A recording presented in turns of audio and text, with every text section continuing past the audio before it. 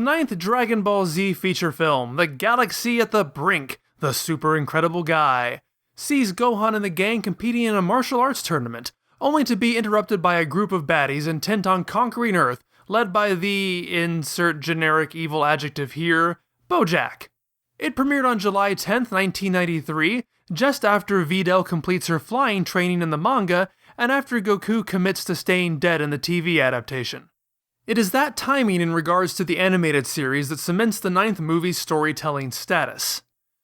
Unlike many of the early Dragon Ball Z movies that would blatantly disregard a character's mortality status or celestial location in order to tell whatever stories they wanted to tell, this film grounds itself in the fact that Goku is now dead. This is Koyama Takao's take on Toriyama's decision to pass the baton of main character over to Son Gohan, a fact made very blatant in its carrying through the same narrative threads. Mr. Satan is presented as the man who saved the world from Cell. Trunks is stated to only be here because he had returned to tell the others he had defeated the number 17 and number 18 in his timeline. Bojack and his minions are on the loose only because the seal of the four Kaio imprisoning him was broken due to Kaio's death at the hands of Goku and Cell. This is a movie very clearly rooted in the world following the end of the Cell games, and because Toriyama's 7-year gap leaves the story completely open, this movie really does not have any issue fitting into the animated timeline. Given how strictly it hews to the events of the television series, it was probably intentional. Goku, Kaio, Bubbles, and Gregory spend the entire movie outside of a wooden house, perched on an ancient tree wrapping itself around a segment of the Serpentine Road. That whole concept takes root at the end of episode 193. That is a keen eye to continuity. Although, interestingly, as seems to so often happen when I cover these, the movie jumps the gun ever so slightly. Obviously, while the manga staff was long done with this material, allowing the movie staff to know how the story arc would end, their own story arc hadn't quite ended.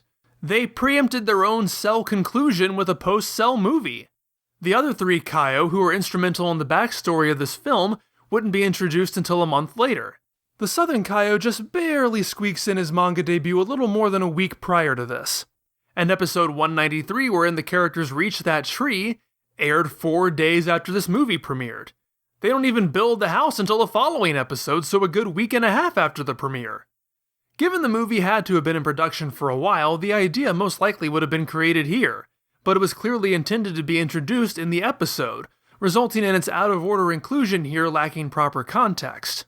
Then of course there's the fact that in the series, Goku destroys that house within about 5 seconds of it being completed, after which the characters abandon that location in search of new adventures, forcing this movie into a fairly cramped timeline if you want everything to line up perfectly.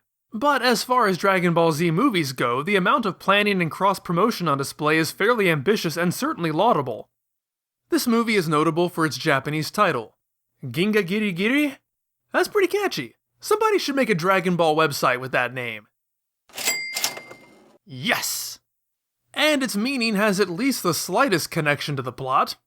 I don't know if I'd say the galaxy is really at the brink here, but the whole concept of the tournament supposedly featuring warriors from each galaxy at least means the word galaxy is relevant to this film, so between its catchiness and its X approaching zero philosophy towards relevant titling, I find it slightly easier to remember than a lot of other Dragon Ball Z movie titles. But it's also notable for how out of focus its villain plot is.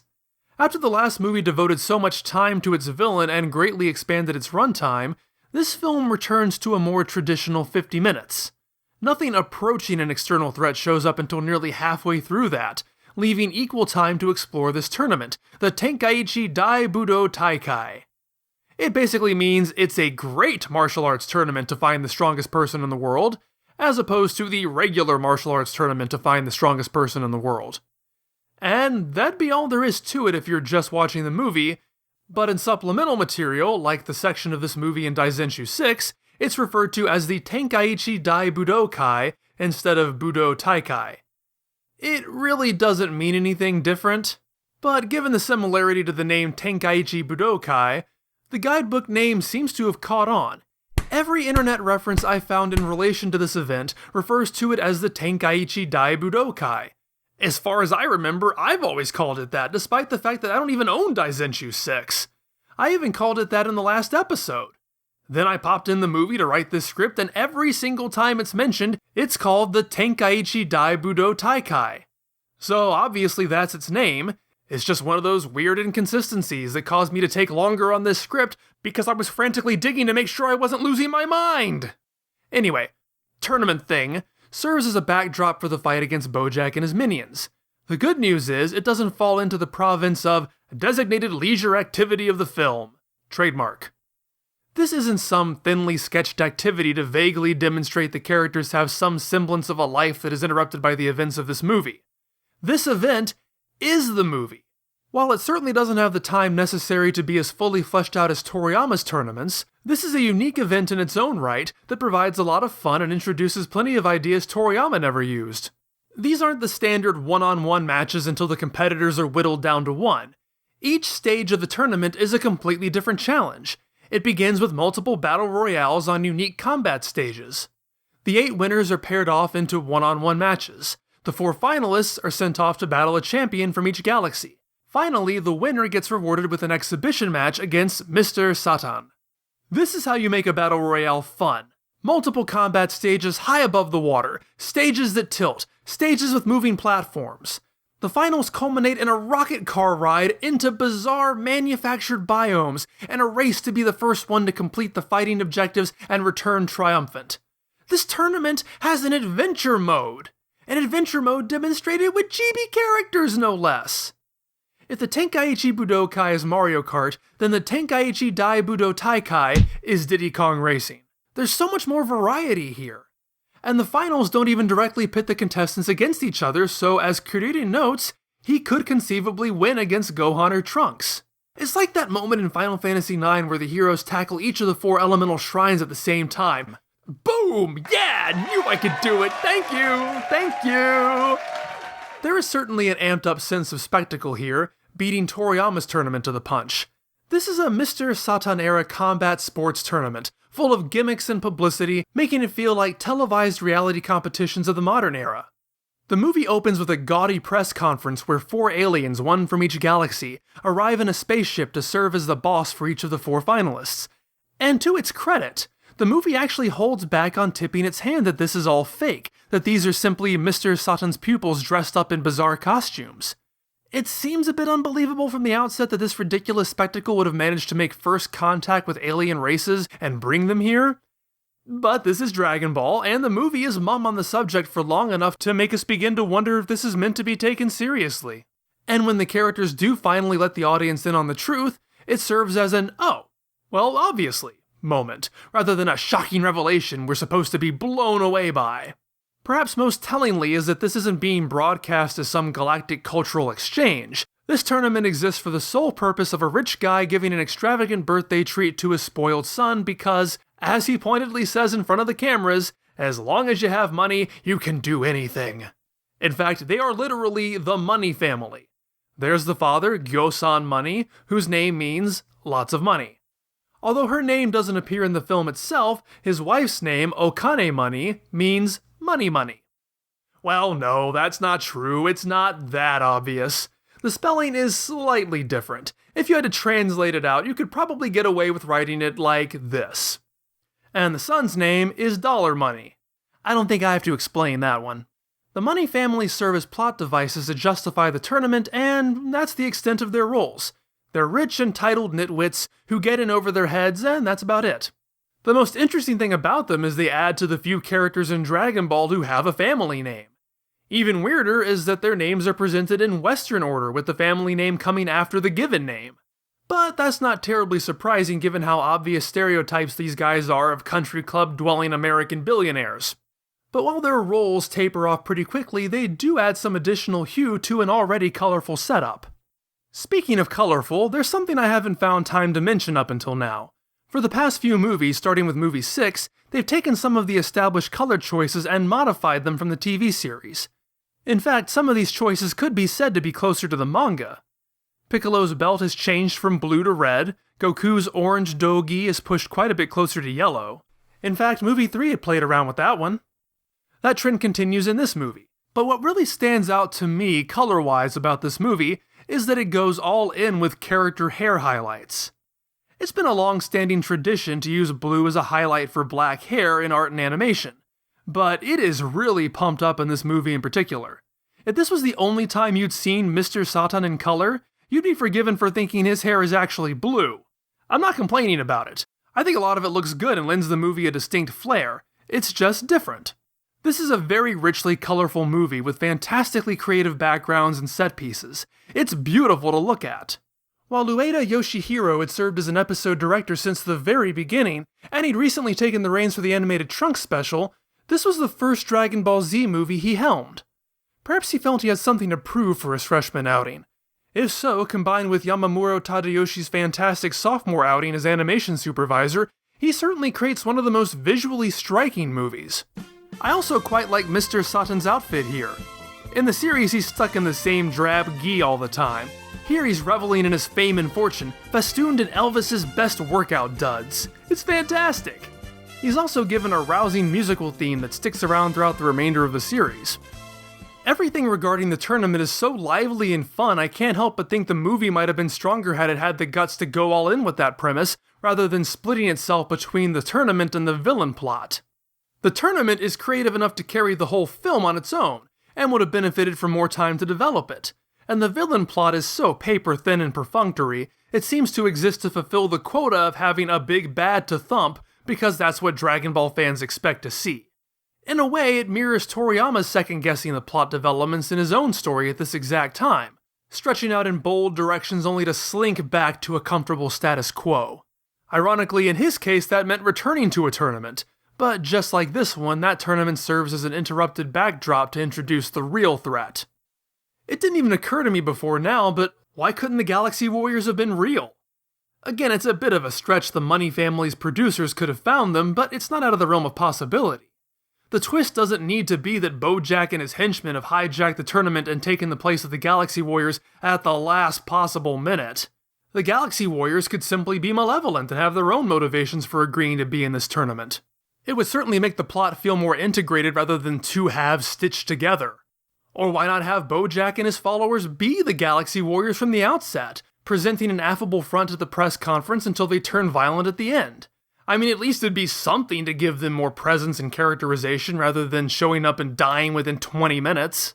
If you have to have the big fight to save the world shtick going on, there are easy tweaks that would make the whole thing feel less random and cobbled together. And it seems like a really tiny tweak, but it's amazing how much of a difference it makes for the big twist to be, "Surprise, we tricked you," instead of, "Surprise, we exist." Bojack's entire story more or less fits into that one-sentence summary I gave at the beginning.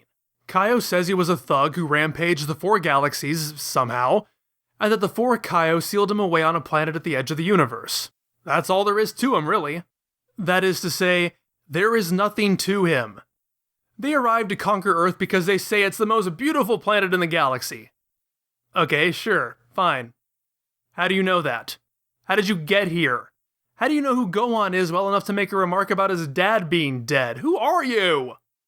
Bojack and his gang are so generically evil that their names are simply words for bad things. Bojack and Bujin put together mean arrogant or audacious. Zangia is short for Zangyaku, meaning cruel. Bido is a slight tweak on Hido, meaning inhumane or unjust, and Gokua isn't quite so lazy as to stick an A on the end of Goku. It's short for Gokuaku, which means heinous. So basically, they'd fit right alongside Darth Maul, General Grievous, and Admiral Bone to pick. Yeah, I just made a Mr. Plinkett reference, what of it? I think it's probably fair to say Bojack is the least defined villain we've seen in these movies. And that is certainly a problem. If you're going to have a villain, at least do something with him. The movie seems far more interested in the tournament, and I don't blame it. However, as I've said, I often find the villains to be the least interesting aspects of these movies. They're rarely well defined enough to carry the plot, and my own tastes skew towards preferring fun adventure and wacky hijinks to random bone-crushing fight number 34.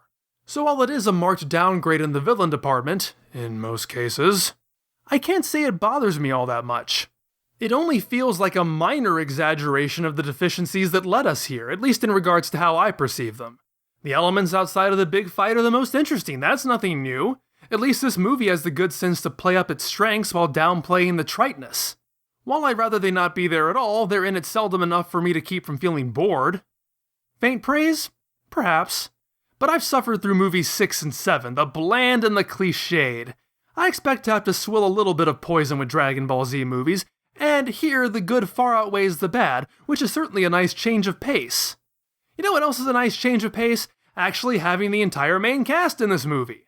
For the first time since 1990, they deign to include Yamcha, Ten Shinhan, and Chaozu. And it does contribute to the celebratory festival nature of this movie to have everyone along for the ride and participating in events. However, to everyone who criticizes the third movie because most of the characters do little more than get beaten up and discarded, well, I'd say it's actually much worse here. Chaozu doesn't compete in the tournament, fight against the bad guys, or have any screen time with Ten Shinhan. He's put with Oolong and Kame Sennin for one scene of perverted antics. The animated Cell arc put them together for a little while, so it's not without precedent. But he is very much in the background, and you'd be forgiven for forgetting he's even here. Because nobody cares about Chaozu. Speaking of the Cell arc, Yamcha is reverted back to his sad sack role, moping that he has no chance to win, and because of that he leaves himself open to be defeated in an embarrassing way within a few seconds. Poor dolt. And okay, it's moments like this where I can finally understand why there's a vocal subsection of fans who aren't merely apathetic towards Yamcha but actively cannot stand this character. I mean, this is pathetic behavior, a pointless diversion, and isn't even that funny. And why did he hire a plane to come here? He can fly! Ten Shinhan, by contrast, is given quite a bone compared to the other members of this neglected trio. He makes it into the semifinals and puts up a pretty decent fight against Trunks. I mean, he loses the instant Trunks transforms into a Super Saiyan, but at least he's treated with a modicum of respect for the brief amount of time he's given something to do. But what's this? It seems as though the movie might be saving Yamcha and Ten Shinhan's big moment for later down the road. Once everything goes to crap, those two notice, and as all the other spectators hurry to escape to safety, they don't hesitate to charge in. There we go, that's what I'm talking about. That's much more in character for Yamcha than whatever the hell this is. And I gotta hand it to this film. This is after movie regulars like Trunks and Kuririn have been taken out of the fight, and Gohan is on the ropes. This is one of those big damn hero moments like Piccolo gets. That they'd give it to Yamcha and Ten Shinhan is commendable for doing the unexpected and finally giving them... Oh, why did they even bother? Seriously, movie, why did you even bother? Quite frankly, why did the movie bother with any of these characters? Almost none of them accomplishes squat once the tournament is interrupted. Trunks at least gets to take out one minion. Piccolo has a good bit where he forfeits the tournament because he's disgusted by Kuririn's manic cowardice when they have to face each other. That's funny, but it seems to largely exist to get Piccolo out of the movie so that he can come back into the movie at an appropriate time to save Gohan because that's just all he ever does. And that kills about 5 seconds. It's at least more natural an exit for him than in movie 4 where he starts the movie with Gohan, only to disappear for no reason except so he can come in and save Gohan later. Koyama picks up on Vegeta's I'll never fight again exit from the Cell arc by having him just sit around and watch TV.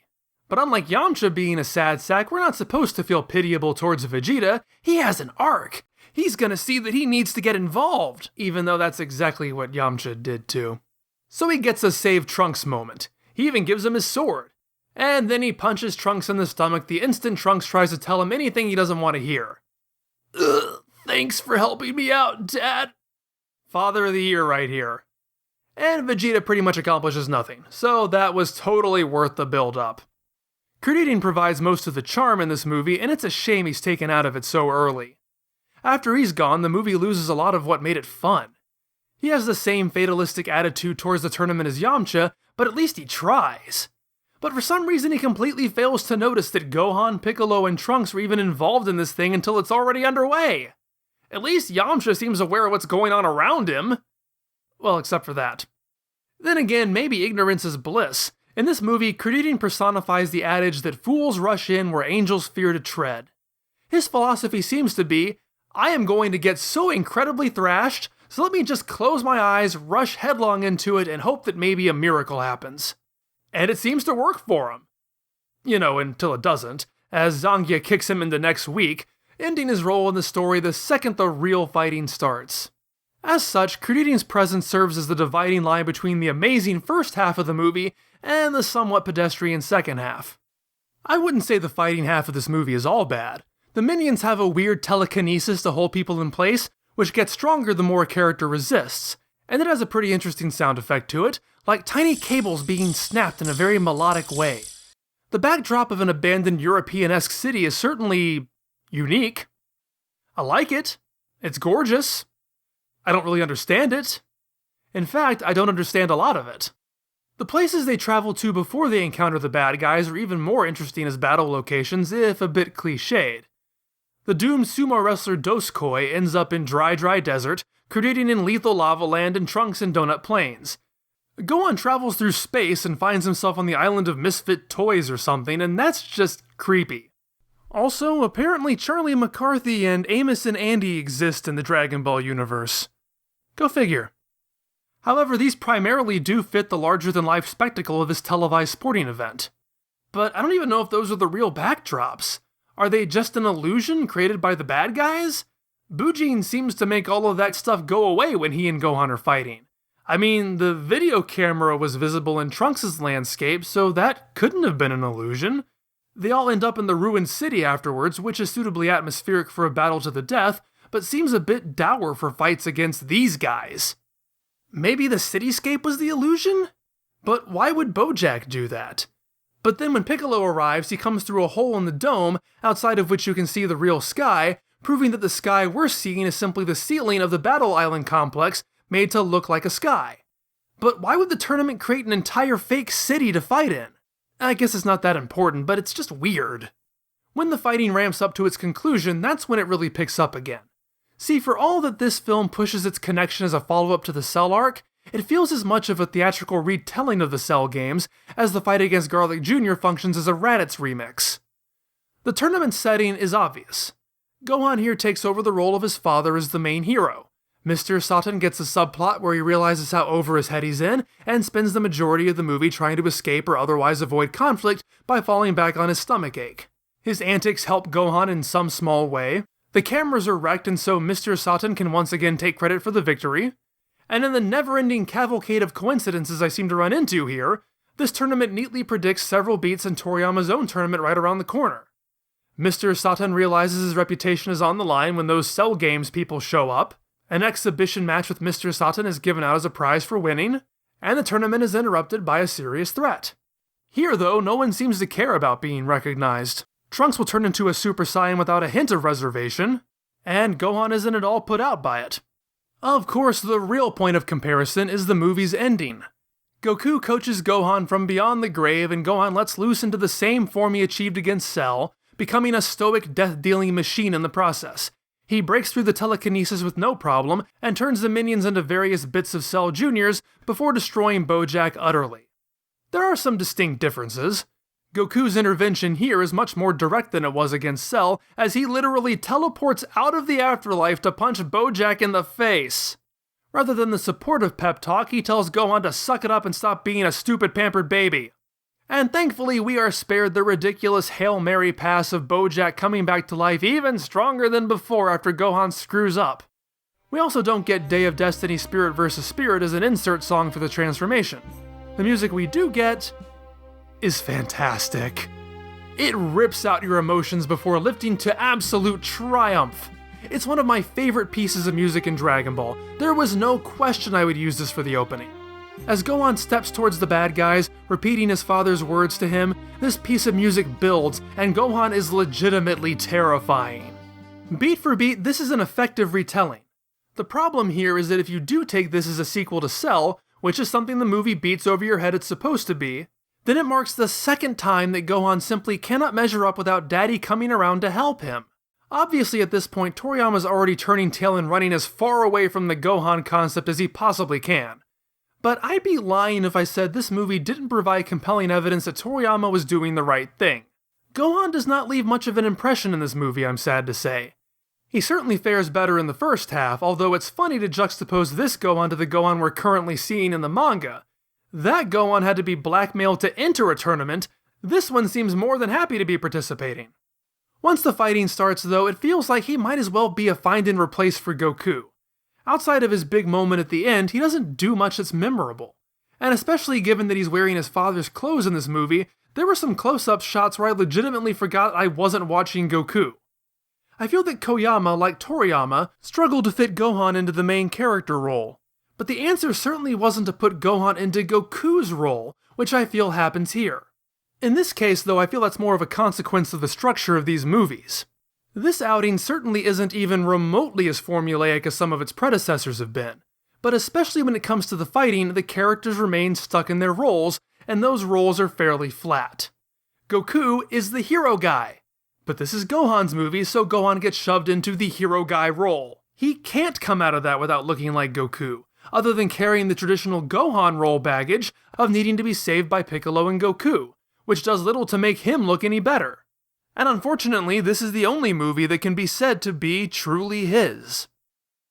It might surprise you, but Ginga Giri Giri is actually one of my favorite Dragon Ball Z movies. It's really only the back half that slogs, which puts it behind movies 2 and 3 as far as I'm concerned. But there's more than enough fun and freshness in the first half to set it ahead of most of the pack. It's not exactly a high bar to clear, but I for one am happy to have finally made it through the middling middle movies and into far greener pastures. This looks great, has great humor, some fantastic musical tracks, including what is quite possibly my favorite movie ending song, and is far and away enough to set it apart from its predecessors. Where it counts for me personally, it gets almost everything right. And I tend to be used to overlooking how boring a lot of the movie fighting is. Looking at it critically as a whole though, I do have to accept that even by those low standards, the fighting is largely unmemorable and the villains are just pathetic. It manages to more than rally in the end, but it's far from perfect. 1992 was a terrible year for Dragon Ball Z movies, but I'd say both of 1993's efforts were winners. The Broly movie was certainly more ambitious than this one, but when it dragged, it really dragged. On one hand, Broly as a villain has a lot more to him than these clowns, but on the other hand, I didn't have to sit through minutes of painfully pedestrian exposition to find that out. Movie 9 is largely content to tell a fun, simple adventure, and if it was only concerned with that, it might be the best of the lot. It's only when it falls back on the routine and the formula that the quality dips. But even then, it's not nearly enough to sink it. Thank you for watching. When next we meet in Dragon Ball Dissection, well, more tournament, as we return to the manga storyline for the Majin Buu arc Part 4. Unlike Mr. Satan, I can't become the world champion by pretending to kill a genocidal maniac bug. I can only become world champion through your engagement, so please like, comment, subscribe, and support the channel if you can. See you next time!